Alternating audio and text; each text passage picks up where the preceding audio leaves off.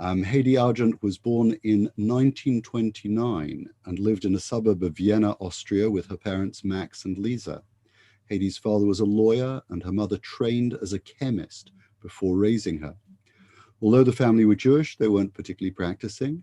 But as the family became more restricted by anti-Jewish laws, Hedi's father lost his job, they lost their home and many belongings. The family managed to leave Austria, intending to travel to the United States of America, but came and stayed in England as the Second World War prevented further travel. And now I'd like to invite Hedi to tell us some of her experiences, particularly as we are on the 82nd anniversary of the Kristallnacht, her memories of that evening and following few days. Thank you. So on November the 9th, 1938, we were waiting for my father to be released from prison. He'd had a 6-week sentence because he had offended the Third Reich. My father was a lawyer. He was a defense lawyer. He was quite well known for defending people who couldn't afford to pay. And his own practice had been requisitioned by an Aryan lawyer, which made him out of work. But he was then allowed to practice as an assistant if an Aryan lawyer would engage him. And my father had an Aryan friend, a lawyer, who did engage him. So we moved from our suburb in Schwechat, where my father had been well known and where we had lived all my life, and to the center of Vienna. And we lived then in a flat that had been abandoned by an Aryan communist lawyer who had fled the country. And the flat was somehow just left, nobody had noticed, and we moved in. But my father was sentenced for offending the Third Reich. And what he had done is he had appeared in court to defend a communist who had forged a passport in order to escape persecution. And my father, in his wisdom, in open court, said that in a country that persecuted its citizens for their beliefs, then forgery could hardly be considered a crime. So unsurprisingly, he was arrested and he was sentenced to 6 weeks in prison. And he was due out on the 9th of November, 1938. So my mother went to the prison, and it was a prison in the middle of Vienna. It's still there. And she waited, and she waited, and she waited, and he didn't come out. And my mother was too anxious and afraid to go and ask or to complain in any way or to do anything, because she was afraid she might also be arrested and I'd be left on my own. I was an only child. And so in the afternoon, she came back to the flat where we were staying, and my father didn't come home. And in the evening, we started hearing terrible noise from the street. And we were on the second floor, and there was a big, big window, and we could look out over the city. And first of all, we heard this eerie sound. And it took us a long time to realize it's glass smashing, it's glass breaking. And we couldn't work out what it was, except it was clearly glass breaking. And then we smelt this smoke, this awful smell. And then we saw the flames, and it was horrific. It was absolutely terrifying. And of course, we didn't know it was the synagogues on flame, and we didn't know it was the Jewish windows being broken. We didn't know what was happening. but my father didn't come back. And the next day, we started having phone calls from friends, relatives, to say that people were disappearing. Men had been taken away. And of course, we feared that my father had been taken away. And away at that time meant only one thing. It meant Dachau. That was the only camp we knew about. We knew about Dachau. I was 9 years old, and I knew about Dachau. I had grown up knowing about anti-Semitism. I had known how anti-Semitism felt in school long before the Anschluss. And after the Anschluss, I was immediately expelled the first day after the Anschluss. And we lost our home the first month, and my father lost his practice as well. So I was well aware of what was going on. I understood. And we waited. And the next day we waited.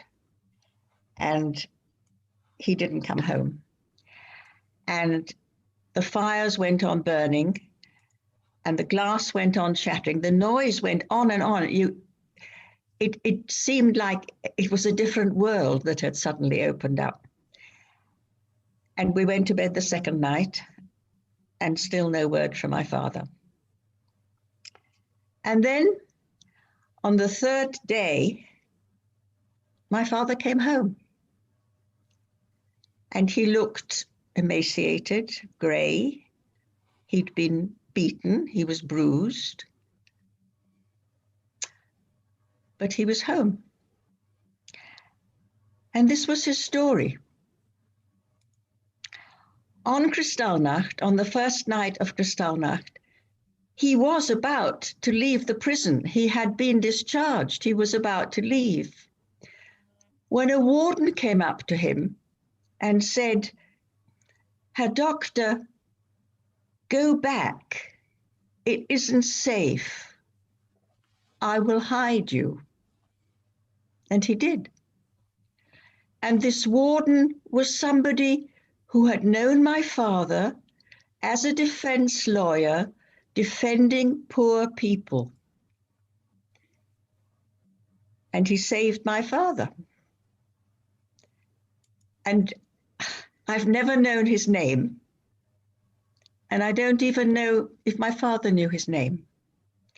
But, you know, the years that I've thought back, I've thought he must surely be one of the first righteous Gentiles.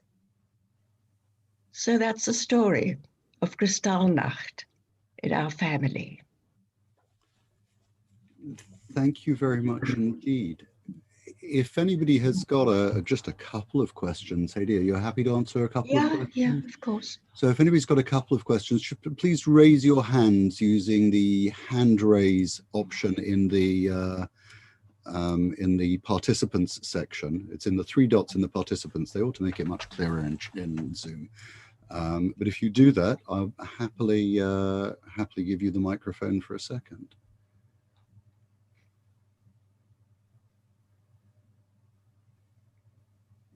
No one has any questions. No one has any questions. I've got a question. Oh, Barry Zakon has got a question. He's actually waving to me rather than raising his hand. Go on, Barry. You need to. I'm just wondering if you could tell us how you escaped from that area and got to England. Right. Well, I mean, you know, Kristallnacht was not the start of things, as many people think. It was a continuation of something that had gone on for actually long before the Anschluss, and then, of course, got very intense after the Anschluss. So after Kristallnacht, although the rest of the world was still not welcoming to these Jewish refugees from Germany and Austria who all wanted to get out, after Kristallnacht, it became a little more possible to get permission to come into other countries. And my parents were very lucky. I mean, after many, many months of waiting and filling in forms and trying this and that, we got visas to come to England on condition that we went on to America when our quota came up on that long list of quota to America.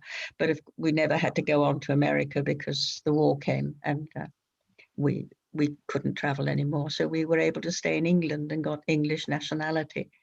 And my father became a butler and my mother became a cook. And then my father was interned, and then he left internment in order to go into the Pioneer Corps. And then he, after the war, he got work in a solicitor's office as a clerk. And that's what he did for the rest of his life. And he never complained. Just last week, we had terrible news from Vienna.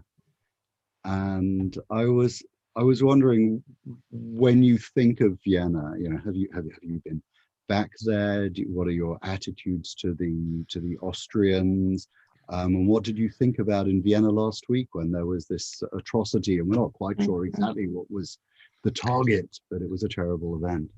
Well, to try and answer all that multifaceted question, my attitude to Austria for many, many, many, many years, until 2 years ago, actually, was very negative. I found it hard to forgive the Austrians. They were more anti-Semitic even than the Germans. I couldn't connect with them.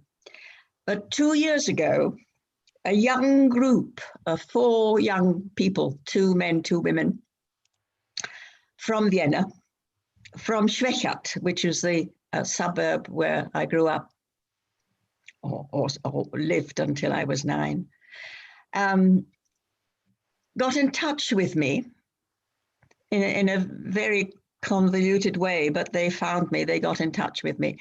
And they said they wanted to make a film about Schwechat in the war, Schwechat after the Anschluss until the liberation. Well, it wasn't a liberation, but whatever it was, until the end of the war.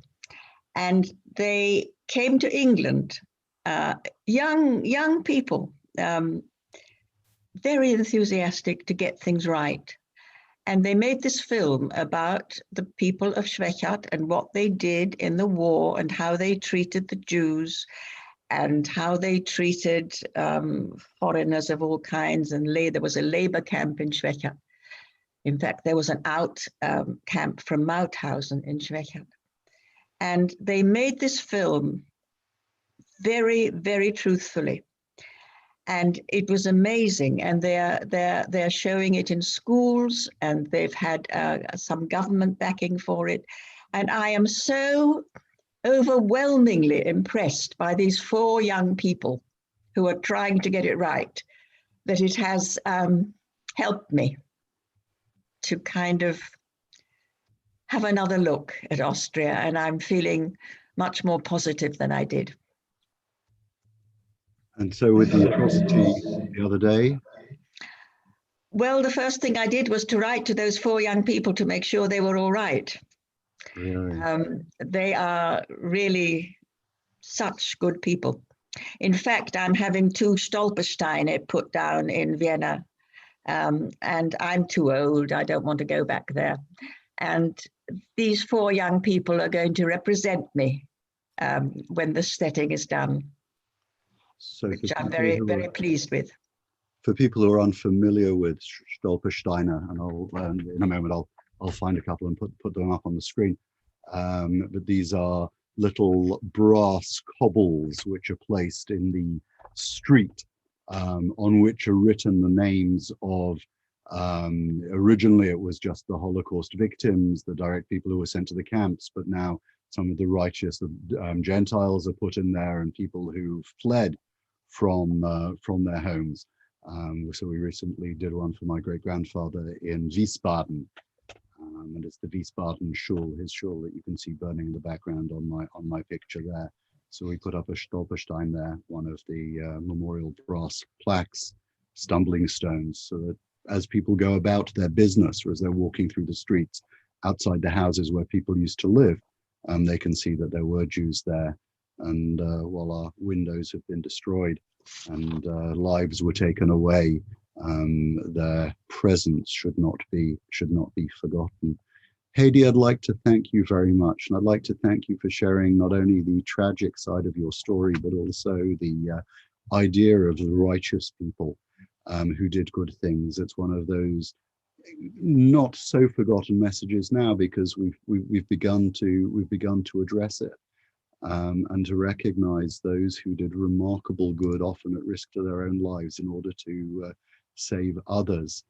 One of the pithiest quotes of late Rabbi Jonathan Sacks is, "The good we do lives on in others, and it's one of the most important things that does."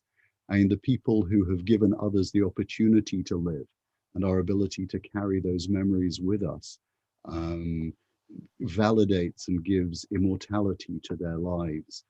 And as we remember people on Kristallnacht, it's important to recognize the righteous people who saved so many of our ancestors, as well as to condemn those who didn't care for others and demonized and vilified the other, who are responsible for so much tragedy and harm. So thank you very much, Hedi.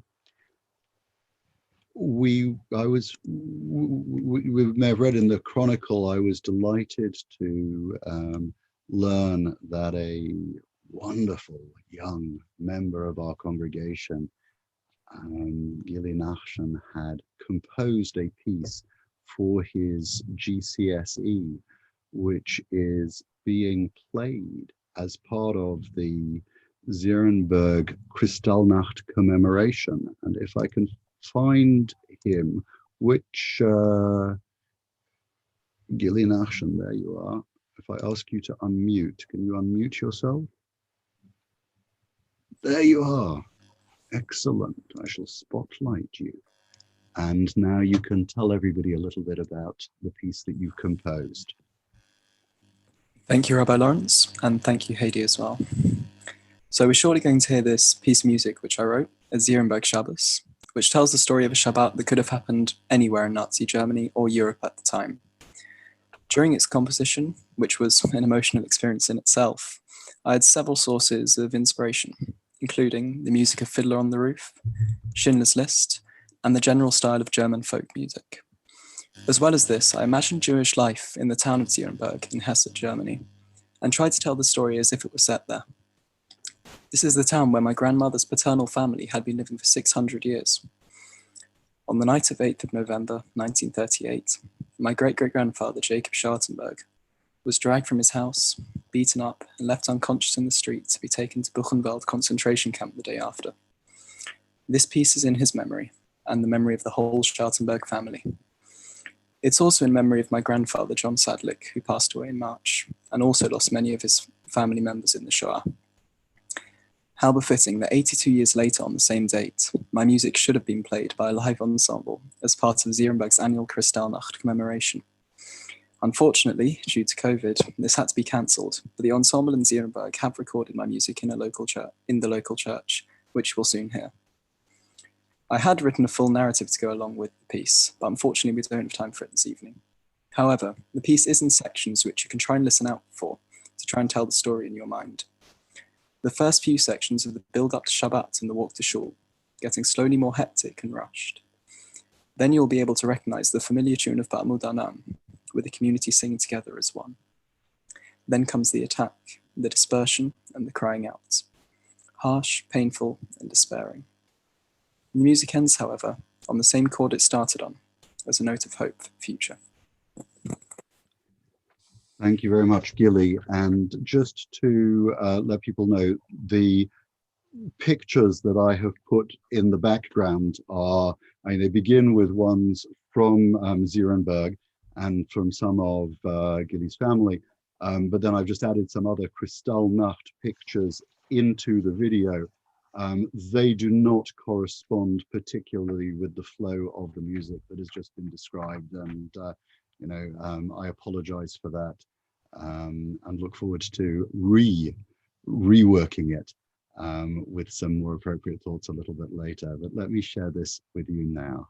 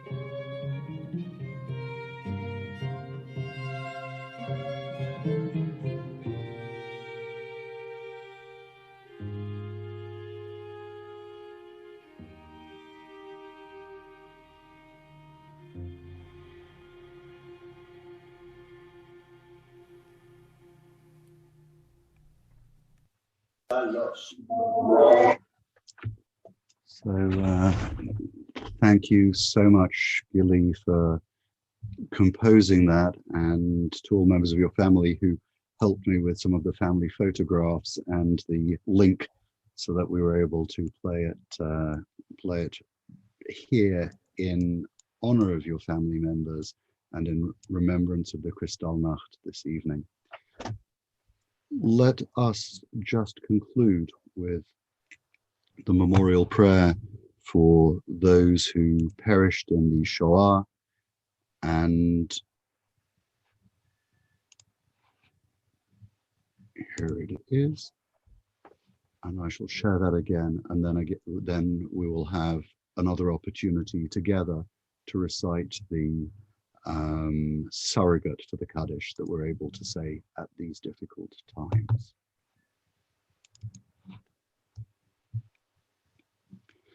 El Male Rachamim.